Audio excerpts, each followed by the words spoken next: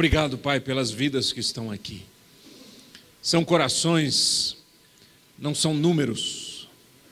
São pessoas, são homens que precisam, assim como eu, da Tua graça, da Tua força, do Teu vigor, para podermos viver, para podermos realizar nessa história, Senhor. Meu Deus, eu sei que há pedidos de oração, aquela senhora que o nome foi citado aqui para mim, Senhor, mas que a Tua graça esteja sobre ela, naquele momento difícil de briga no lar, de separação, Senhor. Tem misericórdia. Tem misericórdia, meu Deus, daqueles, ó Pai, que estão enfermos, Senhor. Oramos, ó Deus, para que o Senhor visite cada um, meu Deus, em nome de Jesus. Te damos graças por aqueles que estão recuperados, restaurados. Obrigado pela vida do Sanderson, que pôde, ó Deus, estar aqui, Senhor, assim como um sonho do coração dele, ele queria estar aqui hoje. Bendito é o nome do Senhor. Nós te adoramos e te amamos, Pai, em nome de Jesus. Amém. Podem sentar, gente. Eu quero conversar com você hoje, começando uma nova série. E essa nova série é sobre liderança, mas é uma liderança provedora. Eu tenho falado aqui sobre líder, ser um líder, etc., valores. Você sabe muito bem que esse é um assunto que a gente poderia assim, gastar muito tempo falando sobre ele. Mas eu vou buscando, dependendo das necessidades, daquilo que a gente vai ouvindo. Algumas vezes a gente recebe umas dicas, alguém fala, olha, seria interessante, que tal esse assunto? E aí a gente vai trabalhando os assuntos. Então eu quero começar a falar hoje sobre liderança provedora, ou líder provedor, e o líder provedor começa em casa. Há um texto da Bíblia que se aplica em várias áreas da vida. Ele obviamente está falando a respeito de liderança eclesiástica, uma liderança na igreja, mas essa liderança se aplica em qualquer lugar. Veja o que diz o texto: e que governe bem a própria casa, criando os filhos sob disciplina, com todo respeito, pois se alguém não sabe governar a própria casa, como cuidará da igreja de Deus? Pergunta Paulo a Timóteo, capítulo 3. Então veja que interessante, o princípio, pense no princípio que tem aqui. Ele está falando aqui de presbíteros. A palavra presbíteros, do grego, quer dizer ancião, uma pessoa madura. Ele diz, então se vocês forem escolher alguém que seja líder, maduro, ele tem que governar bem a sua casa, porque quem não governa bem a sua casa, como é que vai cuidar da igreja? E eu vou parafrasear e dizer, se você não cuida bem da sua casa, como é que você vai ser um bom líder na sua empresa? Como é que você vai ser um bom líder na sociedade?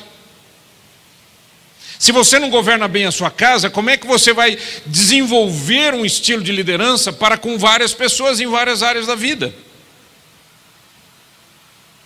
Então, não é bem assim. É assim. Não, no meu caso é diferente. Tá bom, existem exceções, mas esse é um princípio. Porque, gente, eu sou homem em casa e fora de casa, concorda ou não? Não, você não sabe da minha vida. Mas eu falei, eu sou, tentando dizer nós, né? Certo? A não ser que tiver alguma coisa estranha e nós não sabemos, não é verdade? É macho em casa e... Bom, então, mudando o assunto. Se você é um líder e você lidera organizações, você pode liderar pessoas para fazer um trabalho voluntário, você pode liderar pessoas na sua empresa. Isso tudo começa onde? Começa em casa. Se você não é um bom líder em casa, você tem que parar e pensar, eu preciso arrumar minha casa. O meu objetivo aqui não é dizer para você, você não serve se a sua família se arrebentou, coisa parecida. O que eu estou dizendo é, você precisa focar nas relações familiares, para que a sua casa seja a base daquilo que você mostra lá fora. Muitos de vocês aqui têm muito mais conhecimento sobre esse assunto de liderança do que eu. Tem muito mais. Muitos homens aqui são homens de negócio altamente experimentados. Tem homens aqui que trabalham no Brasil e fora do Brasil. Tem homens aqui que são preletores, são pessoas que dão cursos para os outros. E eu até agradeço esse pessoal de vir aqui e me ouvir. Eu acho uma humildade fantástica. Agora deixa eu te falar uma coisa. Eu estou falando de caráter da liderança. A questão não é o quanto eu produzo de resultados na minha vida, não é o quanto eu produzo de resultados, seja ele financeiro, sejam outros tipos de resultados, mas é o caráter da liderança que eu estou falando. Por isso que o apóstolo Paulo, quando fala para Timóteo, ele diz: Timóteo, quando você for aí escolher o pessoal para liderar a igreja, lembra disso. Ninguém vai liderar bem a igreja se não liderar bem a sua casa. Pense nisso. E eu quero conversar com você sobre esses pontos hoje à noite. Nós precisamos ser exemplo de uma liderança pacificadora, de uma liderança encorajadora, de uma liderança que investe e de uma liderança que decide. Então vamos olhar alguns aspectos aí de cada um desses pontos. Liderança pacificadora. Eu gosto desse texto de Efésios 4:31 que diz: longe de vós toda amargura e cólera e ira e gritaria e blasfêmias e bem assim toda malícia ou toda maldade. Longe de vós. Deixa eu dizer uma coisa. Quantas pessoas, quantos homens que têm em casa um relacionamento péssimo no que diz respeito à área de comunicação. Só gritam, ficam irados, a esposa não pode perguntar nada, ou se é solteiro o pai, a mãe não pode perguntar nada porque já fica nervosinho. Quem tem filho aqui adulto sabe disso, né? Eu já sou adulto, mas aí daí? Aceita aí de adulto. Nós estamos todos aprendendo. Esse texto de Efésios 4 diz que o nosso relacionamento, eu tenho que ser modelo de gente que pacifica e não gente que cria dificuldades nos relacionamentos. Algumas dicas. Controle-se e fale mais baixo.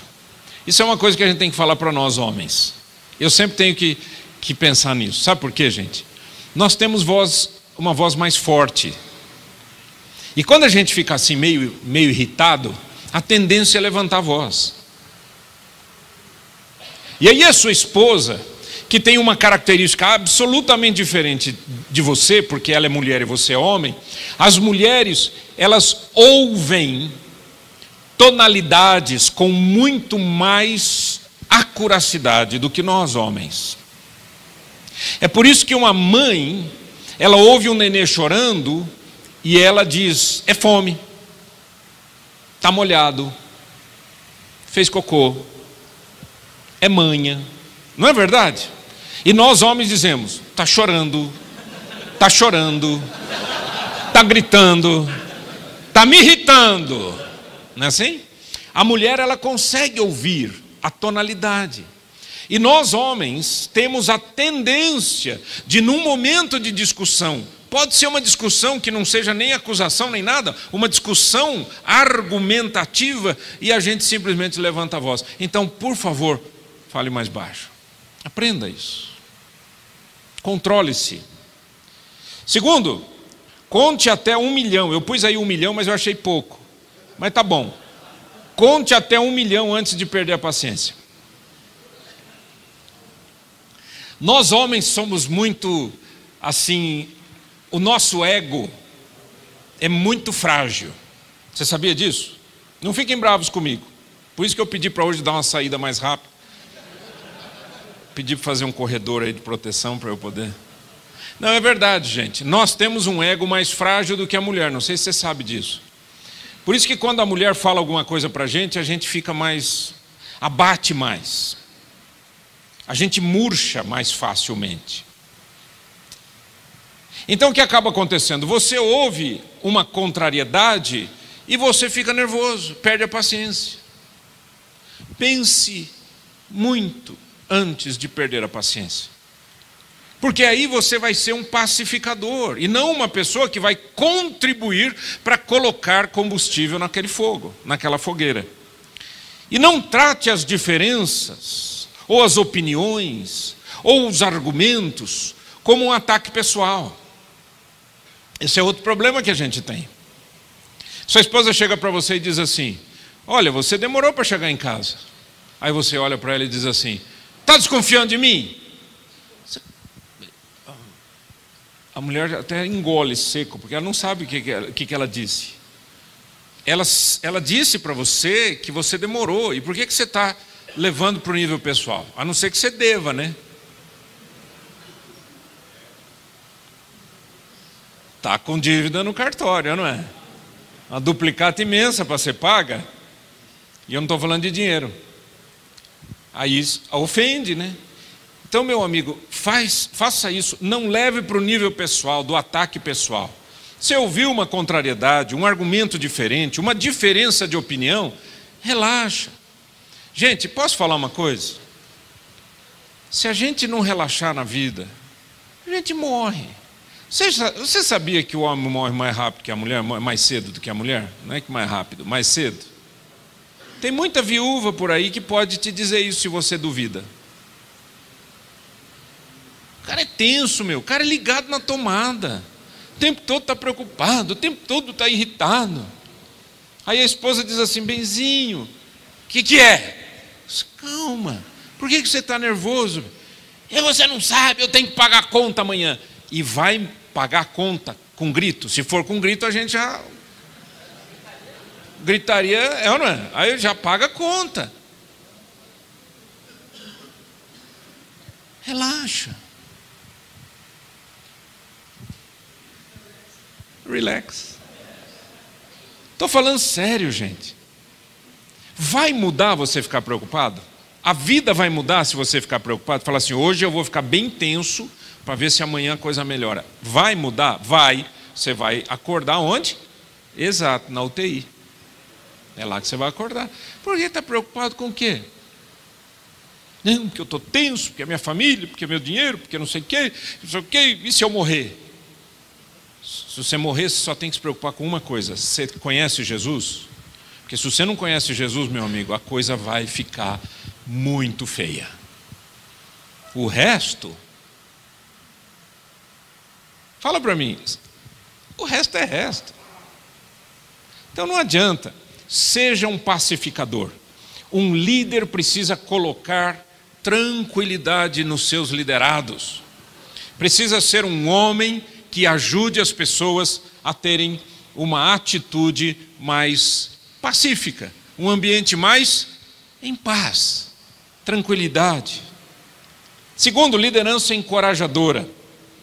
Essa é uma característica do líder, e o líder tem que ser alguém que encoraje os seus liderados. Agora, quando a gente fala de dentro de casa, eu me lembrei desse texto de 2 Timóteo 3,14, quando Paulo, que tratava Timóteo como um filho da fé, mas ele disse assim: tu, porém, permanece naquilo que aprendeste e de que foste inteirado, sabendo de quem o aprendeste, e que desde a infância sabes as sagradas letras que podem tornar-te sábio para a salvação pela fé em Cristo Jesus.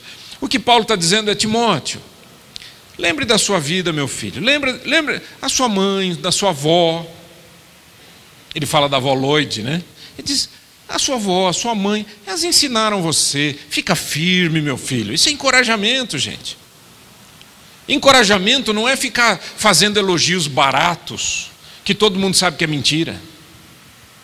Certo? Encorajamento é ajudar a pessoa. É ajudar a pessoa no caminho. A pessoa está no caminho. É ou não é? Você tem encorajado seus filhos? Você tem encorajado as pessoas que estão com você? Eu já trabalhei com um chefe que o cara não falava bom dia, boa tarde, boa noite. Olhava para a gente e dava uma risadinha irônica, tipo assim: você é desprezível. Você é desprezível. Você não serve para nada. Você é apenas um empregadinho aqui. Eu já trabalhei com gente assim. Eu sei o que é sentir essa coisa na pele. Eu era seminarista, trabalhava numa grande empresa em São Paulo, e o pessoal sabia que eu era seminarista, que eu ia ser pastor. Então você imagina os níveis de brincadeira, entre aspas, né? Quer dizer, de ironia, de cinismo que eles tinham comigo. Quantas e quantas e quantas vezes. Quantas e quantas e quantas vezes eu entrava na sala, tinha um cara que começava a contar as experiências sexuais do fim de semana. O que você encontrar de mais baixo, que você souber de mais baixo de uma conversa, era aquilo que ele trazia para aquela conversa. E ele sabia que aquilo me afetava, me ofendia, né? Ele sabia quem eu era. Aí você olha e diz assim: puxa vida, o cara é mais velho do que eu, é meu chefe, por que ele não me encoraja a viver uma vida melhor, ao invés disso tira sarro dos meus valores? Eu me lembro o dia que um chefe, eu atendi o telefone e disse: olha, tampei assim o bocal e disse: é para você. Ele disse: fala que eu não estou. Eu disse: eu não falo, eu não minto. A cor que esse cara ficou, ele ficou roxo, ele ficou bravo, ele cuspia fogo. Ele mandou dar o telefone para a secretária dele. Eu dei o telefone: não, o seu fulano não está, com aquela cara de pau toda. Eu pensei comigo: agora RH direto, né? RH já vai me convidar para me retirar. Mas sabe o que aconteceu? O contrário.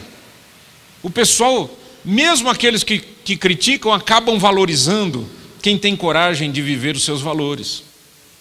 E eu não fui mandado embora, pelo contrário, me tornei uma pessoa benquista e confiável no departamento. Trabalhar no departamento financeiro, uma pessoa confiável no departamento. Quer dizer, é um negócio joia. Agora a gente precisa encorajar. Eu senti falta de ser encorajado. Quem sabe o seu filho está sentindo falta de ser encorajado. Quem sabe a sua esposa está sentindo falta de ser encorajado. Então, por favor, pare de criticar. Ao invés disso, incentive o que é positivo. Eu acho que eu já contei isso aqui. Aliás, às vezes eu vou me lembrando de coisas, e vocês me perdoem se eu contar das 2, 3, 4 vezes, porque eu falo em vários lugares diferentes, então eu não sei onde que eu dei os exemplos. Então, mas me vem à mente, eu gosto de compartilhar, porque sempre tem alguém novo que também a gente pode compartilhar. Mas eu me lembro de um dia que eu estava andando assim num lugar, nós estávamos num treinamento, tínhamos saído da cidade, eu morava em São Paulo, saímos da cidade com a liderança e fomos para um lugar mais tranquilo, mais rural, e estávamos passando assim num caminhozinho entre o refeitório e a sala de reuniões, e naquele caminho tinham acabado de plantar novas plantas e flores, etc., e tinham adubado. Então aquilo estava aquele cheiro forte de adubo, né? Adubo orgânico, né?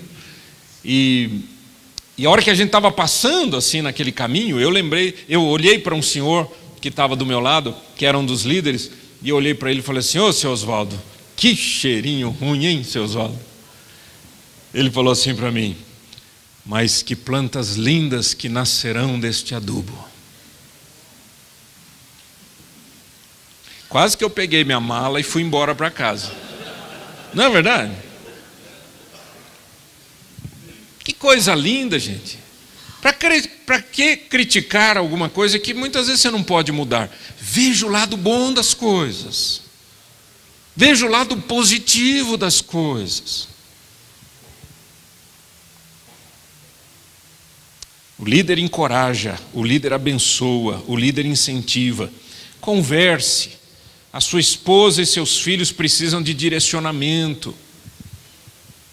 Tem mulher que diz assim: pastor, meu marido não abre a boca dentro de casa. E ele diz que está cansado, mas eu também estou cansada. Eu tenho que ficar com as crianças, às vezes com os jovens, com os adolescentes. Eu tenho que cuidar deles. Eu tenho ainda também... Tem mulher que trabalha fora. Trabalho fora e depois ainda tenho que chegar em casa. E além de tudo, eu tenho que cuidar da roupa, cuidar da comida, etc. A única coisa que ele faz é chegar em casa, pedir comida, comer, sentar na frente da televisão e roncar. É a única coisa que meu marido faz.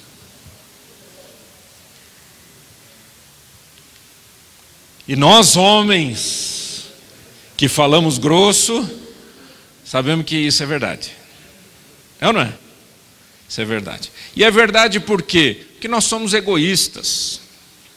Esse é o problema do homem. O homem é muito mais egoísta do que a mulher. A mulher é muito mais altruísta do que o homem. A mulher, ela cuida de um, cuida do outro, cuida de outro, ainda tem tempo para ainda atender uma amiga que está chorando do outro lado da linha, no telefone. Nós somos muito egoístas. Então, aprenda a conversar, a encorajar as pessoas, dê direcionamento. Converse com a sua esposa.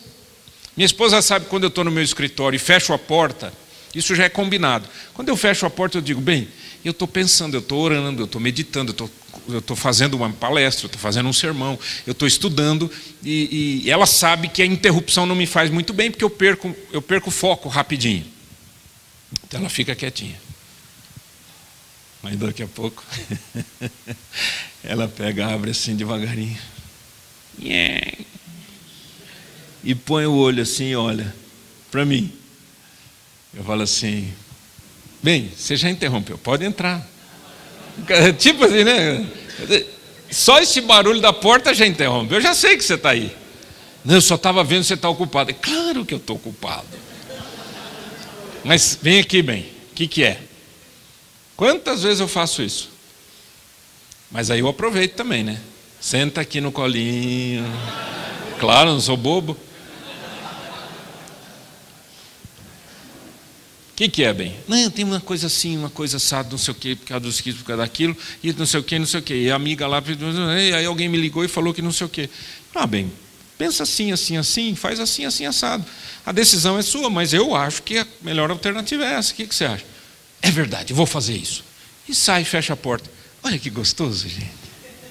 É ou não é? Agora imagina ela batendo lá na porta, senão pondo o olhinho assim. Encheção. Já falei quantas vezes que quando eu...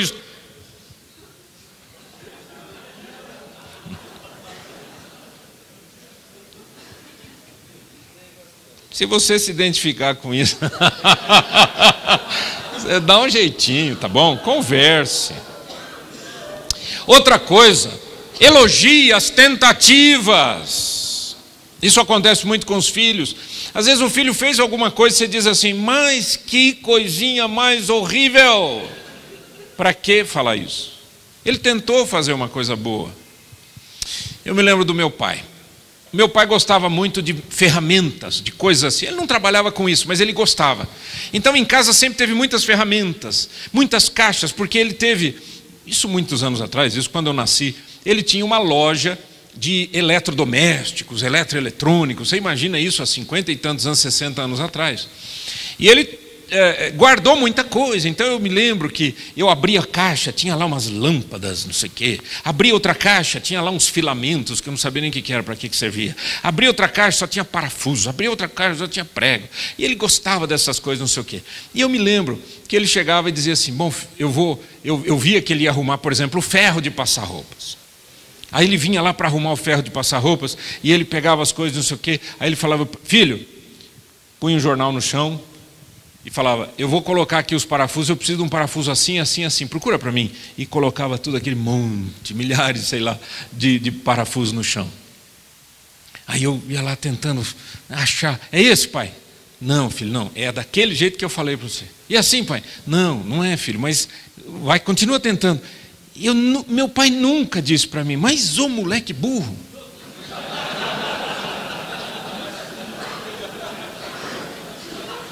Nunca, graças a Deus, nunca ouvi isso do meu pai. Hã? Pensou? Não sei. Eu não sei.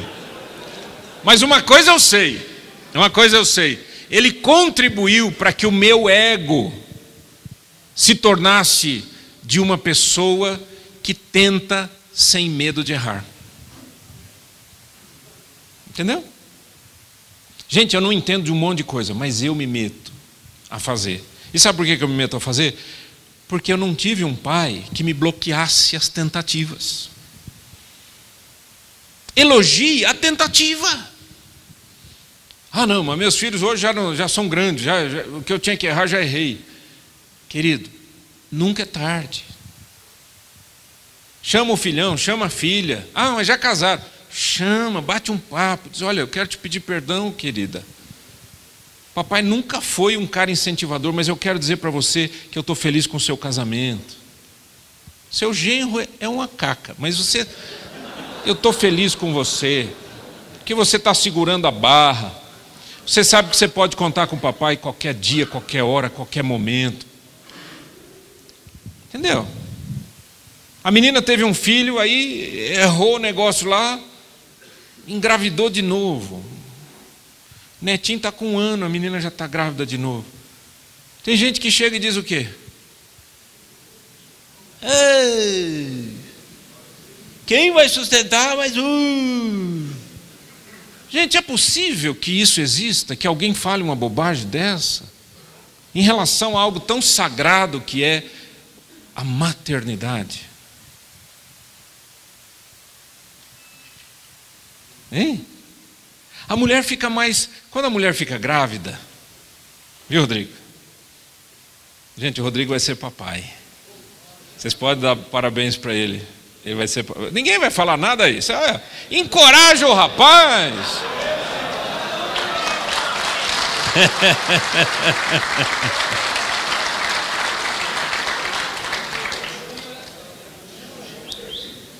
E a bênção, gente, a bênção é fazer o filho e depois ter o filho, não é? Tudo é gostoso. Agora, deixa eu te falar uma coisa. A mulher, quando ela fica grávida, os hormônios mudam. Aí aquela cinturinha já não tem mais. Fica reta. Aí depois, além de ficar reta, começa a crescer. A barriga que ela nunca teve, ela começa a ter. Aí ela fica com medo de ter estria. A pele vai esticando, esticando, esticando, ela estoura, dá aquela estria zona, né? Ela está preocupada, ela está com medo de ficar feia, ela está com medo de você não olhar para ela e não gostar mais dela. Então eu sempre digo para o pessoal que quando a esposa fica grávida, se você não elogiava, você vai passar a elogiar. Se você elogiar, você vai duplicar o seu elogio. Porque é um momento importante. Faça isso. Você é um líder. Dê exemplo de encorajamento. Você fica encorajando o filho dos outros. Eu já vi gente encorajar o filho dos outros e não encoraja o seu próprio filho. Encoraja o sobrinho, mas não tem coragem de encorajar o seu próprio filho. E o sem vergonha, agora vocês me perdoem, mas é sem vergonha. Elogia a mulher dos outros e não elogia a sua. Aí sem vergonha, cachorrão. Cachorrão. Eu conheci um cara, eu cheguei a trabalhar para ele. Só que era o seguinte, todas as vezes que eu encontrava com ele fora do trabalho, ele estava bêbado. Todas as vezes ele estava bêbado. Então quando eu encontrava com ele fora do trabalho, eu já sabia. O rolo vinha. Ei, pastor, com uma mulher dessa aí não saía de casa. Aí eu pensava, o cara está bêbado, vou brigar com ele? Vai adiantar? A única coisa que vai dar aqui é briga, não é? Agora, se o cara não está bêbado e fala uma besteira dessa para mim, vai ouvir. Vai ouvir. Eu era recém-casado, fui fazer compras com a minha esposa no supermercado. Fiquei um pouco mais para trás, empurrando o carrinho, como um bom cavalheiro, tem que empurrar o carrinho. Eu estava empurrando o carrinho, a Vera passou assim, a hora que a Vera passou na frente de um cara assim, eu falei, esse cara vai olhar para minha mulher. E eu estava atrás, a Vera passou na frente, e ele parou e deu aquela olhadona para minha esposa, mas bonita. E eu atrás dele. A hora que ele voltou para mim, quer dizer, voltou para mim não, porque ele não me viu, eu estava atrás dele. A hora que ele virou, ele deu de cara com esse ser humano. Eu olhei para ele e falei assim, gostou? Eu acho que esse cara vai pensar, ele deve estar pensando até hoje, faz uns 30 anos isso. Aprenda a ser encorajador, mas cuidado para não ser uma pessoa que encoraja os outros e não encoraja os seus. Por isso que eu disse que o líder começa em casa. Líder que é investidor. Você sabe que para investir é preciso prover o lar através de trabalho digno e legal. Eu quero falar um pouquinho sobre isso. Nós estamos vivendo uma época em que as mulheres partiram fortemente para o mercado de trabalho. Então o que acontece? Você que tem uma filha, você investe para ela estudar, aí ela faz faculdade, depois ela faz pós-graduação, depois ela faz mestrado, depois ela faz doutorado. Quando ela pega tudo aquilo e ela fala, papai, vou casar, você olha e fala, filha, você não vai jogar fora o seu diploma, né? Certo? E aí que você começa a ter uma dificuldade dentro de casa. E muitas vezes essa menina que fez doutorado só tem um conhecimento específico, não tem sabedoria. Sabedoria não se ganha em escola, não se ganha em títulos, não tem sabedoria. E muitas vezes casa com um cara que não gosta de estudar, não gosta nem de ler. E aí? Começa a dar briga, certo? E aí essa menina vai para o mercado de trabalho e começa a ganhar, já começa a ganhar mais do que ele que está trabalhando já faz 10, 15 anos. E aí, outro problema.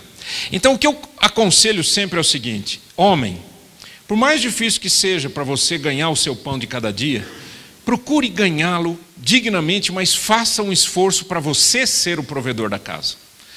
Ainda que sua esposa ganhe mais, lute para que... não, o valor não é importante, lute para que a liderança seja sua.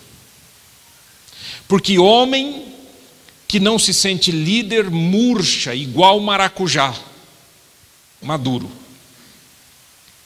A mulher, ela vai à luta mais do que o homem. Ela luta mais do que o homem. Ela trabalha mais do que o homem. Você sabe disso. Eu não sou contra a mulher trabalhar fora, gente. Por favor, entenda isso. Eu não sou contra a menina estudar e ter a sua profissão. Eu não sou contra isso. Eu sou contra o homem não ser o provedor da casa. Ainda que ganhe igual, você é o provedor da casa. Ainda que você ganhe menos do que ela, você é o provedor da casa. A responsabilidade é sua da manutenção. Tem muito homem que aproveita que a mulher trabalha fora e diz assim, ó, você fica com isso, e eu pago o churrasco. É assim. Já vi isso muitas vezes. Aí eu pago o telefone e você paga o resto, que eu ganho pouco. Não, você é o provedor da casa. Você gerencia a sua vida e a vida da sua esposa. Você é o líder. Você sabe que para investir é preciso poupar. Poupança é uma coisa boa. Poupança é necessário. Você só não pode colocar o coração nisso, mas é importante. Dar valor a quem tem valor, ao que tem valor, não é? Esposa e filhos têm mais valor do que o seu dinheiro, viu, meu amigo? Sua esposa está precisando, seu filho está precisando. Igual aquele Paul Getty que eu contei aqui, aquele velho trilionário, bilionário, que o neto dele foi sequestrado, ficou 6 meses nas mãos de sequestrador, porque o avô não quis liberar dinheiro, porque ele tinha mais netos e vai que sequestram os outros netos. O menino só foi liberado quando cortaram a orelha dele. Vocês lembram dessa história que eu contei aqui? Agora, cuidado para não amar o dinheiro. O investidor usa o dinheiro, mas não é usado por ele. Porque o dinheiro é o pior patrão que você podia ter. O dinheiro é o pior patrão, pior líder que você pode ter. Você manda no dinheiro, não é o dinheiro que manda em você. Então eu falei já sobre a questão da esposa quando ela ganha mais. E converse. Querida, você ganha mais do que eu, mas a liderança é minha, vamos trabalhar isso daqui juntos, nós casamos, nós temos uma aliança, eu vou falar sobre aliança daqui a pouco. Aliança é aliança não é contrato. Não se permita sujeitar-se ao dinheiro, não se sinta menor nem incapaz. Ah, minha esposa, já que ela ganha mais mesmo, eu vou desacelerar. Vou encostar, a palavra é essa. Aí precisa fazer sessão de desencosto no cara. Olha o que diz o texto. Maridos, maridos, vós igualmente vivei a vida comum do lar com o quê? Eu pus bem grande lá, discernimento. E tendo o quê? Consideração. Para com quem? Para com a vossa mulher, não é a mulher dos outros. Para com a sua mulher, tenha boa consideração, como parte mais frágil, tratai-a com dignidade. A mulher tem que ser tratada com dignidade, porque sois juntamente herdeiros da mesma graça da vida, para que não se interrompam as vossas orações. Meu jovem, olha aqui para mim. Eu não me interessa se você casou ontem ou se você vai fazer bodas de diamante. A gente só envelhece no corpo. As nossas emoções e o nosso coração são de jovens. Vocês sabem disso. As mesmas necessidades a gente tem. A mesma necessidade que aquela menina de 22, 23, 21, 25 anos que casou com você, é a mesma que tem a sua esposa de 59, 60, 65. Trate com dignidade a sua esposa. Não chama de ô. Ô. Antes era neném, bebê. Delícia dos meus olhos, gata gostosa. Agora é ô. Véia. Gente, isso aqui é a pior coisa do mundo, é chamar uma mulher de velha. Ela pode ter 80 anos. Você chega e diz: como é que a senhora quer que eu chame a senhora? Não me chame de senhora, me chame de você. Está certo ou não? Vocês já viram isso? Por quê? Porque é aquela sensação, gente, né? Pastor, essa é minha véia. Gente, véia é a sua carteira, véia é o seu sapato, véio é o C que pensa no negócio dele. Não fala assim da sua esposa. Trata com dignidade, com amor, com respeito, com consideração. Invista na vida dos seus filhos e na vida da sua esposa. Líder investe. Tem líder que chega para mim e diz assim: na minha empresa, quando eu vejo um bom funcionário, eu invisto financeiramente, digo, vai estudar que eu pago metade da faculdade. Fantástico. E por que você cobra seu filho? E por que você não ajuda a sua esposa quando ela quer fazer um curso, quando ela quer fazer não sei o quê, quando ela precisa? Se você quer ser um bom líder, você tem que aprender a fazer isso a partir de casa. Em último lugar, liderança decisiva, e eu vou dizer o que eu quero dizer com isso. Esse texto de Josué 24:15, eu quero que você preste atenção nesse texto, porque eu já vi muita gente usar esse texto de forma absolutamente errada. Preste atenção no que eu vou ler. Josué foi o sucessor de Moisés, era um líder de uma nação. Ele diz assim: porém, se vos parece mal servir ao Senhor, escolhei hoje a quem sirvais, se aos deuses a quem serviram vossos pais que estavam da além do Eufrates, ou aos deuses dos amorreus em cuja terra habitais. Eu e a minha casa serviremos ao Senhor. Ele não está dizendo assim: escolham quem vocês vão servir, a Deus ou ao diabo, como muita gente fala. Não, ele não está dizendo isso. Ele está dizendo assim: escolham a quem vocês vão servir, ao diabo ou ao diabo, aos deuses de lá ou aos deuses de cá. Agora saiba de uma coisa: eu e a minha casa. Ele é homem, ele está falando como homem. Ele é um líder decidido. Eu e a minha casa serviremos ao Senhor. Isso é uma coisa que você tem que falar, não é sua esposa. Não, a minha esposa, ela é cristã, viu? Oh, beleza. Ela fica irritada com você, porque você joga tudo em cima dela. Você que tem que ser o líder de casa. Outra coisa, presta atenção no que eu vou te falar. Algumas dicas para a gente terminar. Muitas opiniões e poucas decisões causam estresse e frustração na família. Meu jovem, olha aqui para mim. Olha aqui para mim. Sabe quando você fala assim: pessoal, vamos comer fora? Todo mundo, oba, oba, vamos comer fora. A sua esposa é a primeira a dizer, oba, oba, nós vamos comer fora, certo? E aí você entra no carro, está todo mundo no carro, pode ser pequeno, grande, médio, não importa. Está todo mundo dentro do carro, você fala assim: onde a gente vai? Quem já teve essa experiência terrível? Levanta a mão. O que aconteceu depois da sua pergunta?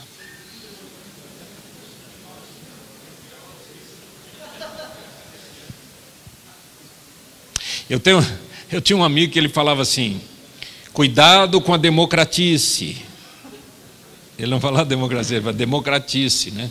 Ou seja, esse negócio de ficar só perguntando, cara, você pergunte, mas tenha a sua opinião. Querida, tudo bom? Vamos jantar fora hoje. Bota as crianças mais cedo na cama, tá bom? Oba! Ai, meu amor, vai ser lindo. Que bom. Onde nós vamos? Onde você quer ir? Não, você fala assim, vai aprender agora. Querida, nós vamos sair sexta-feira à noite. Onde que a gente vai? Nós vamos no restaurante tal, já fiz reserva.